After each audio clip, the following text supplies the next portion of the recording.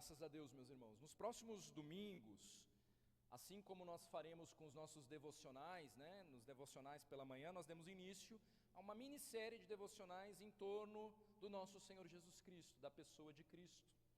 Inclusive, hoje e depois, você pode acessar lá no nosso canal e aprender um pouco sobre a humildade do nosso Senhor, do Senhor Jesus Cristo. Como é difícil nós imitarmos, termos o mesmo sentimento de Cristo Jesus, não é mesmo? Mas Ele nos convoca e nos capacita por meio do Seu Espírito Santo a sermos parecidos com Ele. Então, da mesma forma que como faremos nos domingos pelas manhãs, agora no mês de dezembro nós também vamos meditar em mensagens, em palavras relacionadas ao Natal. Nós falaremos sobre a promessa de Deus, o cumprimento da promessa, a revelação de Jesus e a resposta do crente a tudo isso.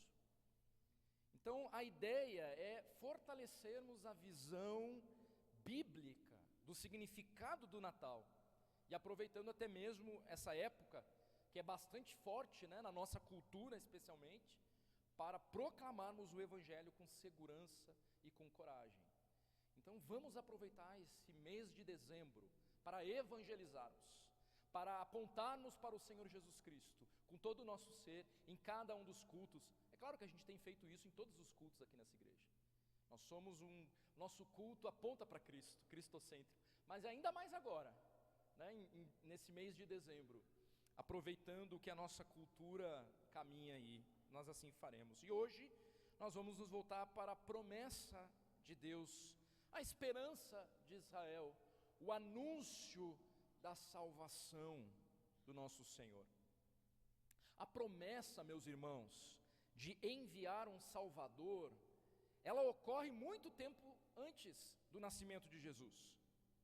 Deus, Ele promete enviar um Salvador para resgatar o seu povo. O registro dessas promessas está onde? Está no Antigo Testamento, está na palavra de Deus. E nós poderíamos então já de cara aqui incluir, inclusive, Gênesis 3,15, que na teologia aí nós chamamos do proto-evangelho, esse brotinho ali do evangelho já presente em Gênesis 3, versículo 15, em que nós percebemos ali uma referência ao descendente, Jesus Cristo, que feriria a cabeça da serpente. No momento ali então já da maldição, o Senhor sempre, no seu julgamento e punição, como nós temos visto inclusive nas nossas aulas dos profetas menores, Ele nos deixa o gostinho e o vislumbre da esperança e da restauração. Então já ali no Éden, em Gênesis 3,15, nós temos esse gostinho que já aponta para Cristo de uma maneira muito completa para nós que já temos a revelação completa nas nossas mãos. E à medida em que Deus ele vai desenrolando a história, inclusive com a formação do povo de Israel, com Abraão e tudo mais, nós percebemos que mesmo diante da iniciativa do Senhor em separar um povo santo, um povo que glorificasse o seu nome, a resposta de rebeldia, herdada lá de Adão e Eva, continuou como a marca dos homens, inclusive da nação de Israel. Essa rebeldia, essa desobediência tão característica da nação de Israel, no seu relacionamento com Deus, resultou em consequências. O Deus Santo, Ele disciplina o seu povo de acordo com as estipulações da aliança, a ponto deles sofrerem o exílio, com a Síria, com a Babilônia, o reino do norte, o reino do sul, um castigo merecido. E aí então essa invasão do inimigo é o ápice ali para a nação de Israel. E nesse cenário, Deus ele levantou os seus profetas para chamar o povo ao arrependimento, anunciando as consequências da sua insubmissão. E aí então, quando nós olhamos para o Antigo Testamento, para esses profetas, nós iniciamos o culto, lendo Miqueias, uns nomes estranhos até para nós, mas Deus foi levantando cada um desses homens diferentes entre si, mas cada um desses homens, eles anunciaram e alertaram o povo de Israel sobre as consequências da sua desobediência a Deus. Cada profeta fez exatamente isso, mas ao mesmo tempo, em cada um dos livros proféticos, nós percebemos um vislumbre de esperança, assim como lá em Gênesis 3,15, um vislumbre de esperança. Então, nesse sentido, as promessas de restauração de Israel, por meio do Messias prometido, surge então como esse sinal de esperança, mesmo em meio ao caos. E o que isso tudo tem a ver com o Natal? É que o nascimento do nosso Senhor Jesus Cristo foi o cumprimento profético da garantia da restauração prometida por Deus. Deus, quando Ele está olhando para a nação de Israel e vendo que eles estão desobedientes, descumprindo a aliança, Ele está anunciando o julgamento, mas ao mesmo tempo há esse vislumbre de esperança. Então tudo isso tem a ver, o que o nascimento de Jesus tem a ver? O nascimento de Jesus, o nosso Senhor, é um cumprimento profético das promessas do nosso Deus, mesmo em meio ao caos, de restauração sobre a nação de Israel, e aí por consequência nós sabemos, sobre todas as nações, sobre toda a face da terra. Então, o profeta Isaías, ele nos traz importantes passagens quando nós pensamos na promessa de restauração com a vinda do Messias. Algumas delas já se cumpriram, outras ainda irão se cumprir. Eu quero convidar então você a abrir a sua Bíblia em Isaías capítulo 9. É um texto bem conhecido por nós, especialmente nesse tempo, nessas épocas natalinas aqui, né? Então, Isaías capítulo 9.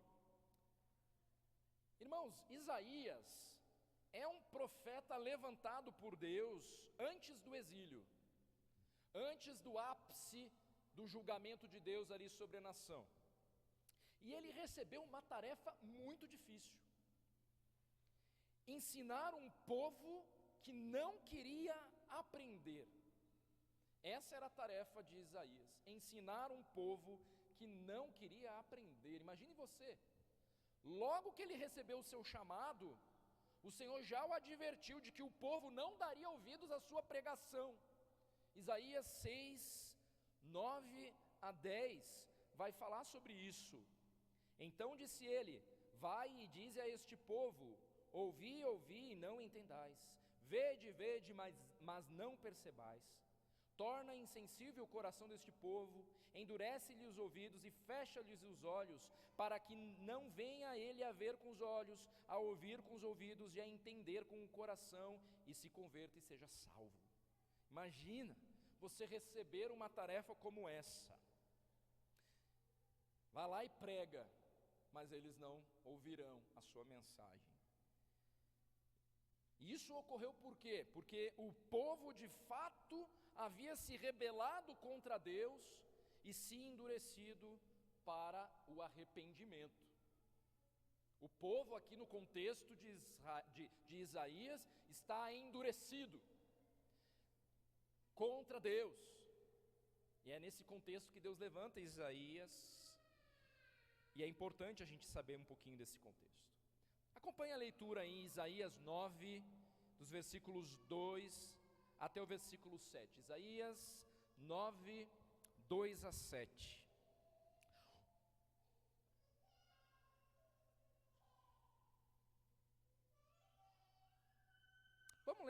Vamos ler desde o versículo 1, do 1 ao 7.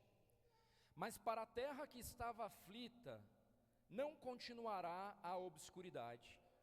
Deus, nos primeiros tempos, tornou desprezível a terra de Zebulon e a terra de Naftali.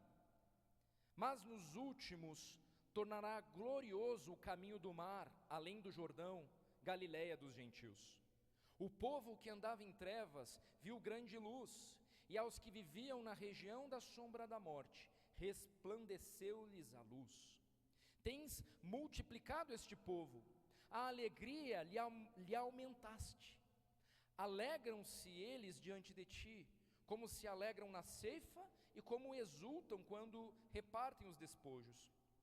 Porque tu quebraste o jugo que pesava sobre eles, a vara que lhes feria os ombros e o cetro do seu opressor, como no dia dos midianitas. Porque toda bota com que anda o guerreiro no tumulto da batalha, e toda veste revolvida em sangue serão queimadas, servirão de pasto ao fogo, porque um menino nos nasceu, um filho se nos deu. O governo está sobre os seus ombros, e o seu nome será Maravilhoso Conselheiro, Deus Forte, Pai da Eternidade, Príncipe da Paz. Para que se aumente o seu governo e venha a paz sem fim sobre o trono de Davi e sobre o seu reino, para o estabelecer e o firmar mediante o juízo e a justiça, desde agora e para sempre. O zelo do Senhor dos Exércitos fará isto. O contexto dessa passagem aqui envolve, além desse chamado de Isaías para esse contexto de um povo rebelde que a princípio não escutaria, envolve esse cenário de um povo rebelde. Nós temos que ter em mente que cada profecia, irmãos, surge de um contexto histórico preciso. No entanto, muitas delas apontam para além da época em questão, em direção ao futuro. Então aqui em Isaías, o profeta, ele está lidando com uma crise específica na história de Judá. E basicamente envolve um ataque de Israel e da Síria aqui. O capítulo 8 de Isaías, ele apresenta um cenário de angústia, de escuridão, de desespero para o povo que havia rejeitado a Deus e confiado em alianças humanas. Ao invés deles confiarem em Deus como aquele que lutaria por eles, eles correm e fazem aliança com o Egito. E em virtude dessa desconfiança de Deus, então eles sofrem as consequências do seu pecado de rebeldia contra Deus. Então é um cenário no capítulo 8 de desolação, de angústia, de escuridão, de desespero para o povo que havia rejeitado a Deus e confiado em alianças humanas. E aí então o capítulo 9, que nós iniciamos aqui a leitura, ele anuncia uma mensagem de esperança tendo em vista esse contexto.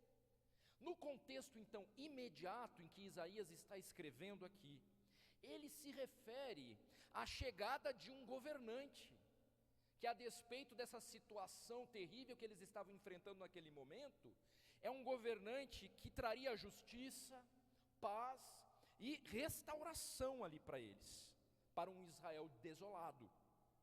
Mas no sentido profético mais abrangente, refere-se aqui ao cumprimento pleno e escatológico com as coisas do futuro que estão por vir ainda, relacionada à obra do Senhor Jesus Cristo como o Messias.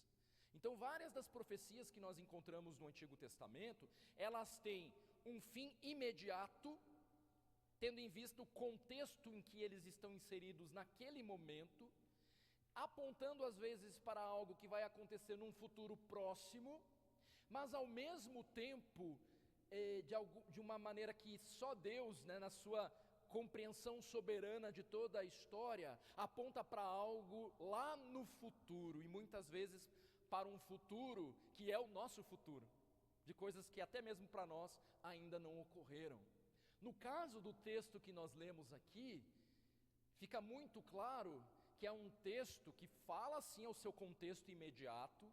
Provavelmente Deus levantaria sim ali um governante para resolver o problema da nação, aquele problema imediato, mas sobretudo, o texto é muito claro e bem conhecido por nós, especialmente quando fala no versículo 6, porque um menino nos nasceu. Então esse texto, ele tem esse caráter profético, porque está apontando para um outro menino que haveria de nascer, e que está no nosso passado, o seu nascimento, o nascimento do nosso Senhor Jesus Cristo. Então, quando a gente pensa nas profecias do Antigo Testamento, envolve esse caráter imediato e naquele presente, mas também esse caráter profético. E aí a gente tem que ter isso em vista quando nós lemos esses textos aqui. Então, o capítulo 9, ele anuncia uma mensagem de esperança.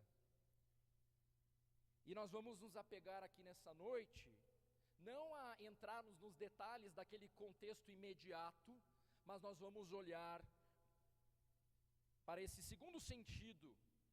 É esse segundo sentido que nós vamos nos apegar. Deus prometeu enviar um Salvador para resgatar o seu povo. E no contexto aqui ele está falando com a nação de Israel. Mas é claro que nós sabemos que o plano de Deus sempre foi alcançar gente de toda tribo e nação. Mas é nesse sentido que eu tenho dito para os irmãos, ainda assim há promessas concretas para a nação de Israel. Mas é claro, aí há esse transbordando para todas as nações. Então, Deus prometeu enviar um Salvador para resgatar o seu povo. E Ele de fato o fez. Glória a Deus por isso. Isaías 9:1, ele menciona inclusive aqui, note, áreas geográficas que mais sofreram quando os assírios vieram sobre Israel. Deus nos primeiros tempos tornou desprezível, e olha aí, a terra de Zebulon e a terra de Naftali. Mas nos últimos tornará glorioso o caminho do mar, além do Jordão, Galileia dos gentios. Ele está anunciando, olha aqui, especialmente sobre essas cidades aqui, a rebeldia trouxe consequências no seu contexto imediato. Verso 2, no entanto, justamente essas áreas que veriam a luz do Messias. Versículo 2 fala, o povo que andava em trevas viu grande luz, e aos que viviam na região da sombra da morte, resplandeceu-lhes a luz. Abra sua Bíblia rapidamente lá em Mateus capítulo 4, versículo 13 e 16. Mateus 4, 13 a 16. Diz assim, sobre o Senhor Jesus Cristo aqui. E deixando Nazaré, foi morar em Cafarnaum, situada à beira-mar, nos confins de Zebulon e Naftali. Versículo 14. Para que se cumprisse o que fora dito por intermédio do profeta Isaías. Terra de Zebulon, terra de Naftali, caminho do mar, além do Jordão, Galileia dos gentios. O povo que jazia em trevas viu grande luz, e aos que viviam na região e sombra da morte, resplandeceu-lhes a luz. É exatamente o texto que nós acabamos de ver.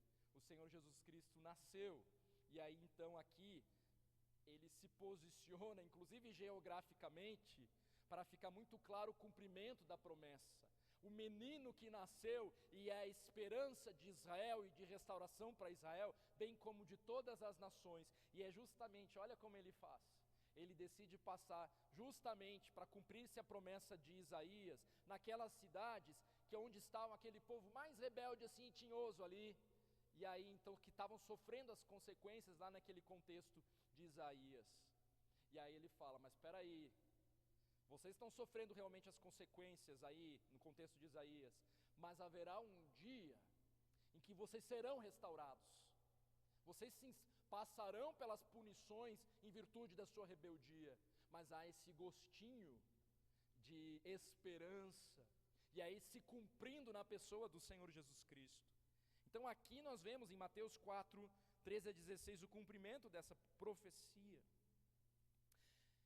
No contexto de Isaías, irmãos, trevas então, porque eles estão naquele contexto que eu já expliquei, de desolação, de angústia, em virtude da consequência dos seus pecados. Então em Isaías, trevas representavam justamente isso, a opressão, as invasões estrangeiras em virtude da consequência dos seus pecados para a nação de Israel. Mas agora aqui em Mateus, nesse texto que a gente acabou de ler, trevas tem uma conotação mais abrangente espiritual.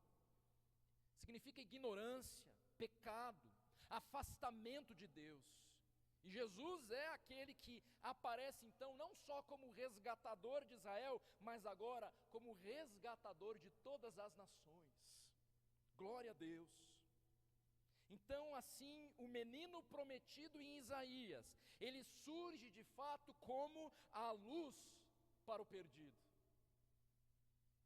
E pensando em uma aplicação aqui, nós podemos nos perguntar: como a vinda de Cristo traz esperança em meio às trevas que enfrentamos?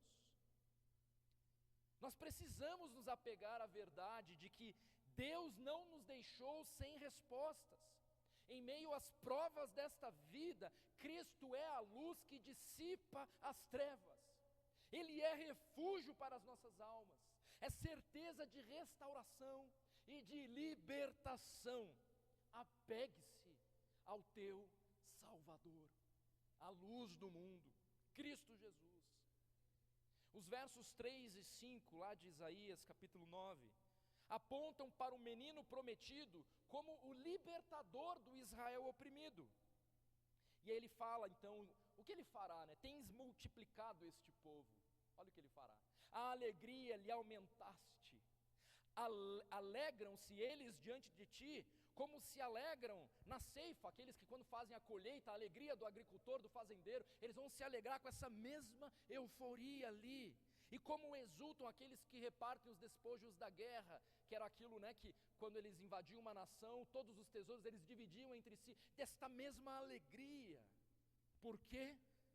E aí ele está apontando aqui para o futuro, ele está falando, Isaías está falando com Israel cabisbaixo e sofrendo as consequências do seu pecado, desolado. Mas ele está apontando para esse menino que haveria de restaurar todas as coisas. Porque tu quebraste, tu quem? Jesus, o jugo que pesava sobre eles. É daí que vem a alegria.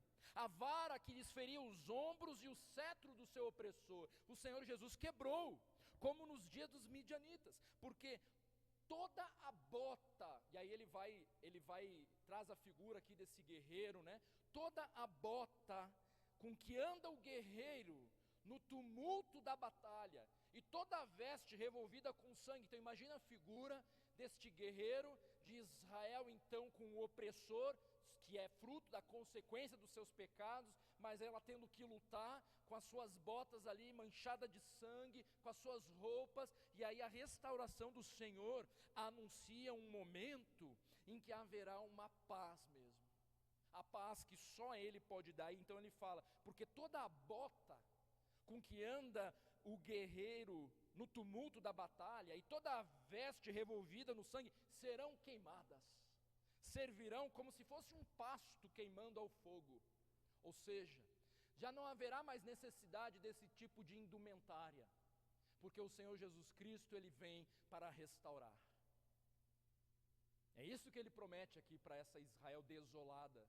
E por consequência, nós podemos também olhar e falar exatamente isso, que o meu Senhor fez com a minha vida ao me tirar das trevas para a luz. E aí Ele tem promessas ainda, né, desse resgate, porque nós vivemos um já e um ainda não ainda, né, meus irmãos? Nós já fomos salvos, mas nós ainda temos que padecer nesse mundo de trevas, com as nossas botas e vestimentas ainda tendo que lidar com algumas coisas muito complicadas nesse mundo. Mas haverá o dia do retorno do nosso Senhor, onde já não de fato haverá pranto nem choro, e nem esse pecado tão mordaz que nós precisamos lutar diariamente. E como eu falei no início e hoje pela manhã, como é difícil imitarmos a conduta do nosso Senhor, ter o mesmo sentimento que o Senhor, de considerar o outro superior a mim mesmo. Senhor, é impossível viver essa vida se o Senhor não tocar com o poder do Teu Espírito Santo. Na nossa força não dá. Haverá o dia em que Israel, bem como todas as nações, desfrutará da libertação que só Jesus pode dar. Haverá um dia em que se ouvirá os gritos de alegria. Israel se alegrará diante do Senhor, tendo seus olhos nele, os seus corações cheios dos seus atos, os seus lábios cheios do seu louvor. quando finalmente todo o jugo será despedaçado. E o profeta diz que as últimas botas militares e todas as vestes manchadas de sangue irão para o fogo. Um dia, com a intervenção do Messias, Israel desfrutará do reino de paz, bem como cada um de nós. Eu não sei o que tem afligido o teu coração, qual é a luta contra o pecado que você precisa travar com mais afinco, mas eu sei que o Senhor, Ele já pagou um alto preço e nos deu e nos garante a vitória, a verdadeira vitória garantida pelo nosso Senhor. Isso não é um culto de teologia da prosperidade, mas em Cristo Ele nos garante vitórias, a verdadeira prosperidade. Nós desfrutaremos, nós os que cremos, das bênçãos conquistadas pelo Messias. E isso só será possível, evidentemente, por quê? Porque Jesus nasceu. É porque Ele veio a esse mundo que isso será possível. Ao nascer, Jesus raiou como aquele que verdadeiramente liberta e transforma. O seu nascimento é um marco de Deus na história. Viu, Alice? O nascimento de Jesus é um marco de Deus na história. Vocês que estudam história, é por isso que tem antes de Cristo, depois de Cristo. É Deus deixando claro que é fiel às suas promessas. Que, como sabemos, o Senhor se entrega ali na cruz em nosso favor. Então, o menino prometido em Isaías será o Senhor reinando no trono de Davi, em cumprimento às promessas de Deus. Capítulo 9 de Isaías, versos 6 e 7.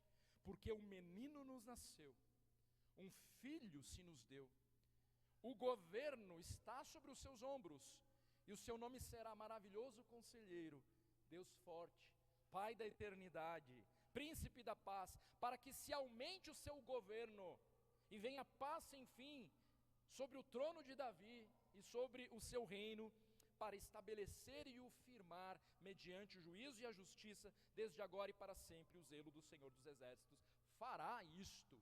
As promessas de Deus para o rei Davi, se cumprindo por intermédio de Cristo Jesus. Ele literalmente reinará. E então aqui a descrição sobre o menino que nasceria como descendente do rei Davi, essa descrição, maravilhoso conselheiro e tudo mais que tem aqui, essa descrição, ela ultrapassa os limites humanos comuns. Então a descrição ela é tamanha que fica muito claro que só podemos estar aqui diante de uma profecia que envolvia o nascimento do ungido do Senhor, do Messias, e não apenas de um homem comum. É como se aqui, Isaías, quando ele está escrevendo, ele já visse esse menino, o filho, vestido de poder para governar, e então ele passa a descrever a pessoa desse menino, né? Quem é esse menino? Revelando o seu nome, a expressão do seu ser, como aquele que compartilha da natureza de Deus. As características aqui descritas apontam para este menino que possui as características do próprio Deus. E ele o descreve como o maravilhoso conselheiro. Jesus é aquele que tem sabedoria sobrenatural para conduzir o seu povo. Ele possui sabedoria divina e infalível. Já parou para pensar nisso? Em um mundo cheio de confusões e decisões difíceis, Jesus ele oferece direção sábia. Ele guia os que buscam a sua vontade. O Salmo 119, 105 nos lembra: lâmpada para os meus pés é a tua palavra e luz para os meus caminhos. Como maravilhoso conselheiro, o Senhor entende as nossas fraquezas e nos dá paz em meio às lutas. E de forma prática, então, Como que devemos olhar para essa característica do nosso Senhor, esse maravilhoso conselheiro? A nossa busca, por exemplo, por sabedoria para criar os nossos filhos em um mundo moralmente confuso, nós podemos confiar na orientação de Cristo para ensinar o caminho que a criança deve andar. Sem medo, sem dúvidas, porque a sabedoria das Escrituras vem de Cristo. E esse é o tipo de terreno firme que nos é oferecido em Cristo Jesus. Ele é o maravilhoso conselheiro. Não importam as circunstâncias, ou quais sejam as suas lutas e dúvidas, Ele é o maravilhoso conselheiro. Ele não nos deixou sem orientação. Maravilhoso conselheiro. Ele também é descrito aqui como o Deus forte. Nada nem ninguém pode resistir a Ele. O poderoso e supremo vencedor. Jesus é todo poderoso, é capaz de vencer qualquer inimigo. E como cristãos, irmãos, você sabe muito bem, nós enfrentamos batalhas espirituais. Existe um inimigo real contra as nossas almas, que nos cerca como um leão que ruge, tentando nos devorar se possível fosse. Em meio aos ataques, Cristo é a nossa força e proteção. Ele é o Deus forte.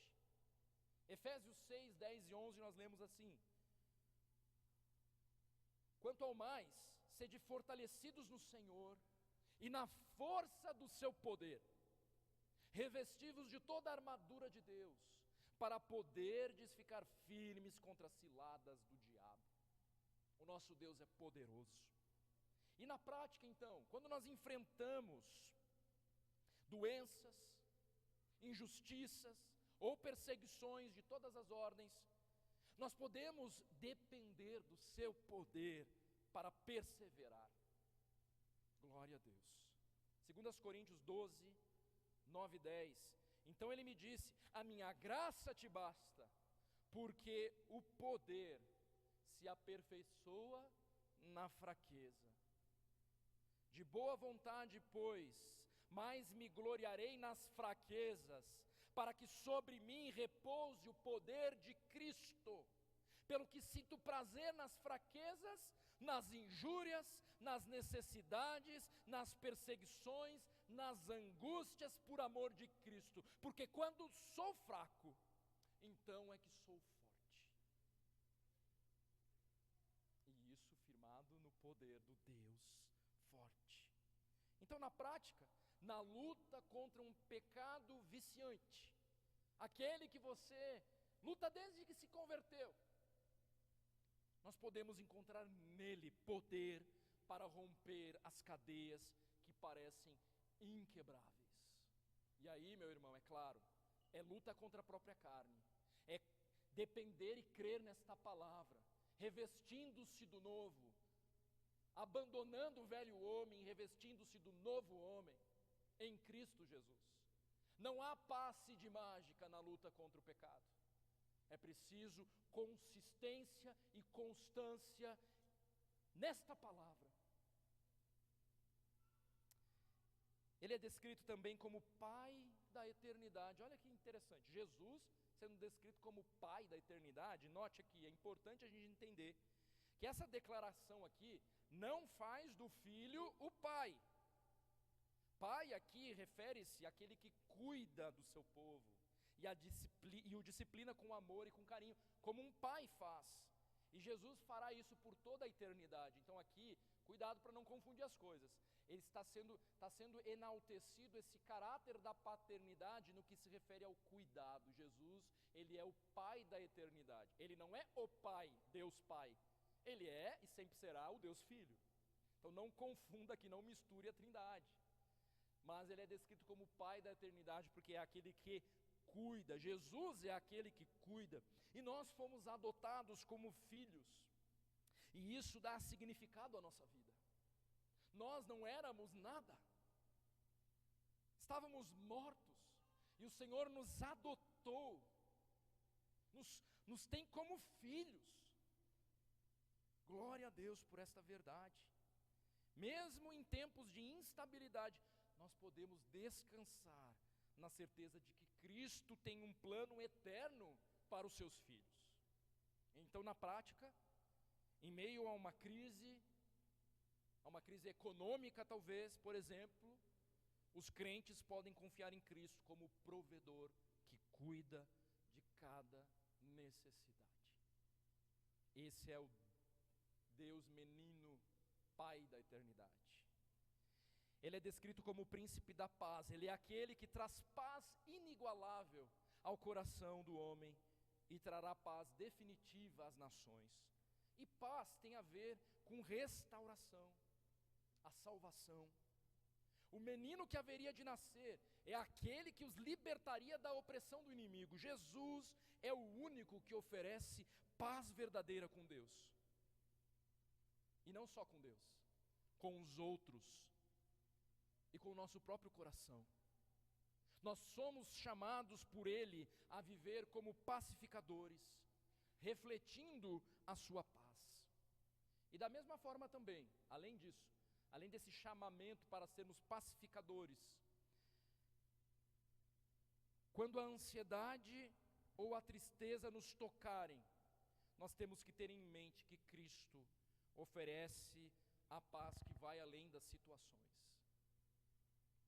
Irmãos, cada um desses títulos aqui, eles nos convidam a experimentar a plenitude de quem Jesus é.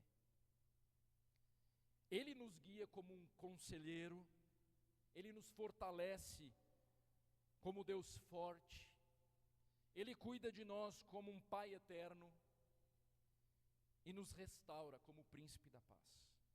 Ou seja qual for o desafio, Cristo oferece tudo o que nós precisamos para viver em esperança, em confiança e vitória.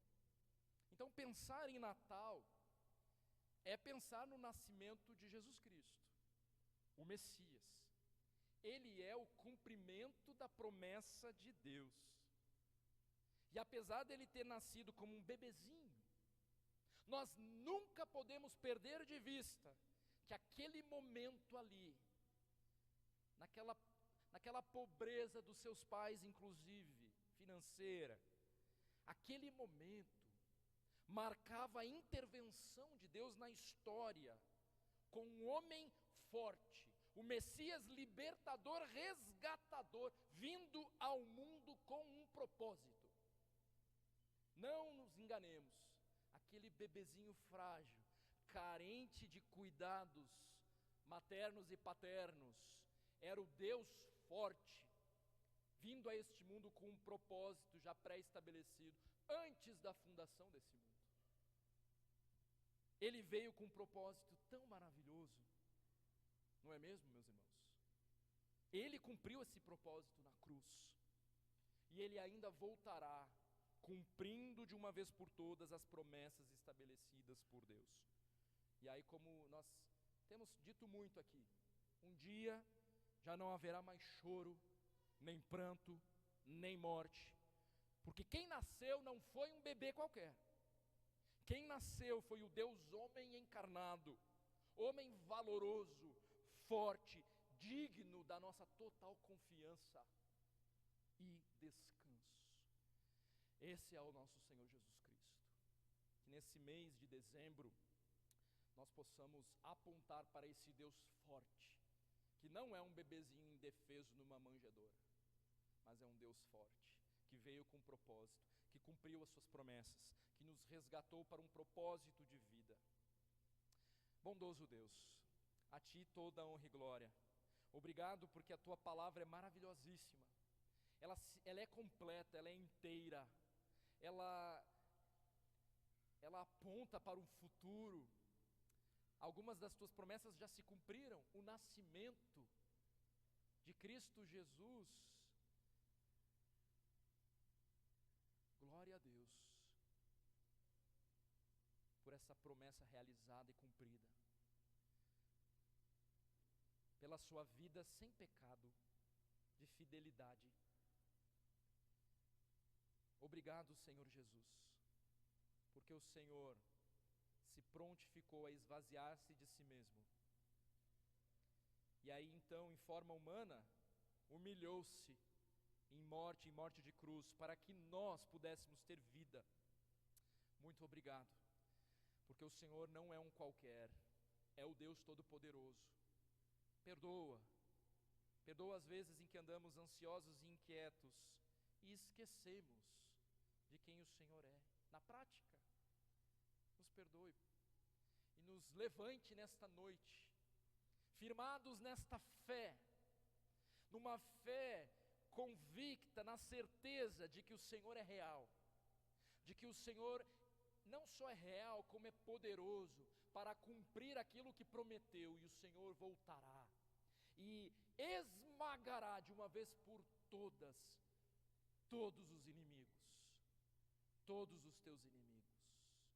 Obrigado porque o Senhor nos tirou da condição de inimigos e nos adotou como filhos, para que pudéssemos desfrutar desta segurança.